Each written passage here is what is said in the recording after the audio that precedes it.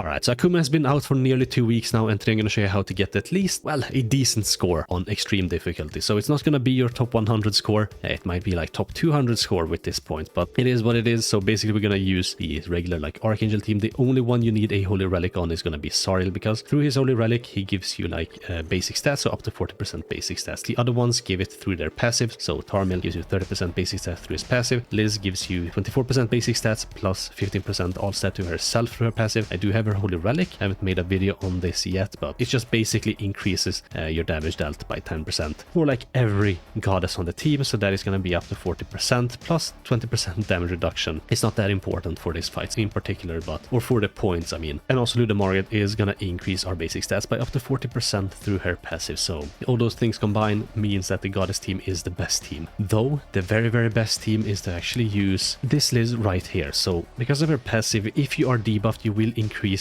all your allies HP by 12% per debuff. So in this fight, if you are super lucky, and this needs quite a lot of luck, like it needs RNG on top of RNG to actually pull it off, but if you pull it off, you will of course get up to 48% additional HP just from this passive to your whole team, and that is going to of course increase your overall score. So that is the team that most people are using. This team right here though is the less RNG dependent one. So the gear I have on them is of course HP defense, just your regular HP defense set for all of them, regular attack, defense, and HP percent sub rolls. The card set I just auto set to HP, and I'm eating HP food. So let's just get into it. I'll show you exactly what you need to do, and I'll also like show you what you need to do if you're intending on running the blue EliHawk as well. So turn 1 here, you just want to chip down the right hand side mob as much as you possibly can, potentially even kill it. I do believe with this team you can kill it, but I just like to waste as many cards as I possibly can. So that is what we're gonna do here. I'm gonna do this, and then that. So for Sariel's passive, hopefully we can crit with a single target as well.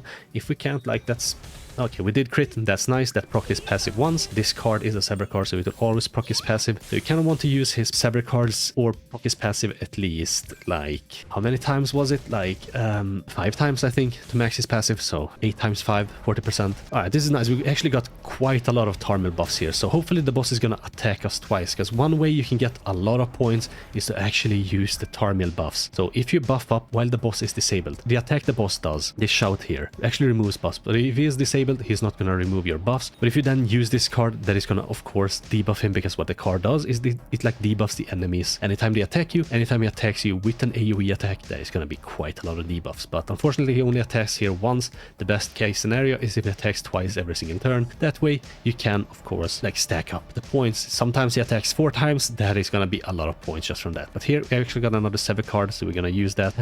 Actually I might just use the Liz AoE attack first, then this one, and then just a single target card, or perhaps I should have used the single target card first, because we don't actually want to kill the left hand side mob. But I am attacking with Liz first before she actually gets her all stat increase. I was also contemplating attacking with Luda Margaret, but I wasn't sure if I would deal too much damage to the boss. Now then that we got the Liz all stat increase passive, now is the time that the timer is sort of ticking down, because you want to finish the fight while still having it. So here we might actually just attack with Sariel once, and then, you know, try to move some cards or something. Unfortunately we got no cards that we can merge. It is what it is, so we will just do this, get some basic stats from this, hopefully not kill, and yeah, we're gonna see where it takes us. So if you do have blue EliHawk, the way you actually want to transition into the next phase is to get attacked by this card on the EliHawk, because as you can see he applies 4 debuffs to you. That is gonna be 4 times 12% HP increase. So if he attacks you with a silver, he does need to attack you with a silver, because the silver one lasts for 2 turns, and you actually want to finish it off the turn after the turn you actually get disabled. So you will be disabled, then you push into the next phase, then you still have the debuffs on, and you kill the boss. That is sort of the idea here. But this bronze one only lasts for 1 turn, and if he only uses one of these, there's like a 25% chance that it will actually land on the EliHawk. That is super annoying. You will not get quite a lot of points unless you do have a gold card with Luda Margaret. I will show you the 12.3k score run that I got. I actually got it as like my 3rd run with this team. I tried out the EliHawk team quite a lot actually, like 10 to 20 runs, somewhere in that range, and I was just super unlucky, you know. The luckiest I got was I actually got like gold cards with Luda Margaret. That's like the luckiest I got. I think I got lucky enough to where EliHawk was actually targeted by a silver card here. Then I pushed the phase, but then for some reason I couldn't kill the enemies together, because I underestimated how much damage I was gonna deal and accidentally killed both arms before actually using the ult with Tarmiel to, you know, finish everyone off. So that was a little bit unfortunate, but otherwise I would have probably gotten a much higher score, but it is what it is. Sometimes that happens. I'll just let the boss heal now. We do still have, well, this turn plus next turn we actually do need to push it, and then the final turn where this is gonna last for. So I will just try to get their ultimates as close as I possibly can. We will finish it off with Tarmil's ult here. I'll just do one of these. So we're gonna get Tarmil's ult. Hopefully we can get a gold buff card with Tarmil and finish it off like that. Otherwise we're just gonna use 3 buff cards potentially, and we'll see how that goes as well. So what I'll do here is I'm just gonna chip the boss down a little bit. I'm gonna use these 2 cards, then we're gonna use this, and we finish it off with Tarmil. Again, I don't want to deal too much damage to the boss. As you can see, this deals quite a lot of damage. I think Liz is actually gonna kill here. Yeah, she is. Oh, okay, that's unfortunate, because anytime you deal, I believe, yeah, 250k or more damage, you will get 80 points. If you deal a little bit less than that, between 200k and 249k, you will get 50 points, and if you deal a little bit less than that, you will get, of course, a little bit less as well. I think it's 30 points. So it's 30 points, 50 points, and 80 points. And again, if you like apply debuffs to the enemies, you will get 5 points per debuff applied. Like, you can stack this and get so much points if you are super lucky. But here we're just gonna do this. I will, how many stacks with him do I have? 4. I might get 5. So if we just attack like this, that's gonna give us 5. I do this, and then we finish it off with that. That's gonna be my strongest attack. Unfortunately, he wasn't able to crit, so no increase to our basic stats. This is going to increase our attack by 45%, so this attack will hit hard.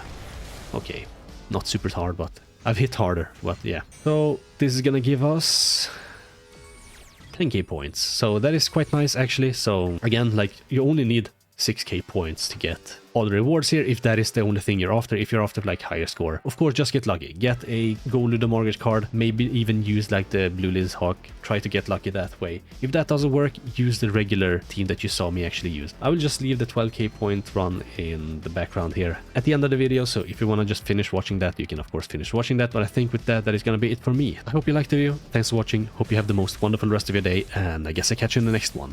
Bye.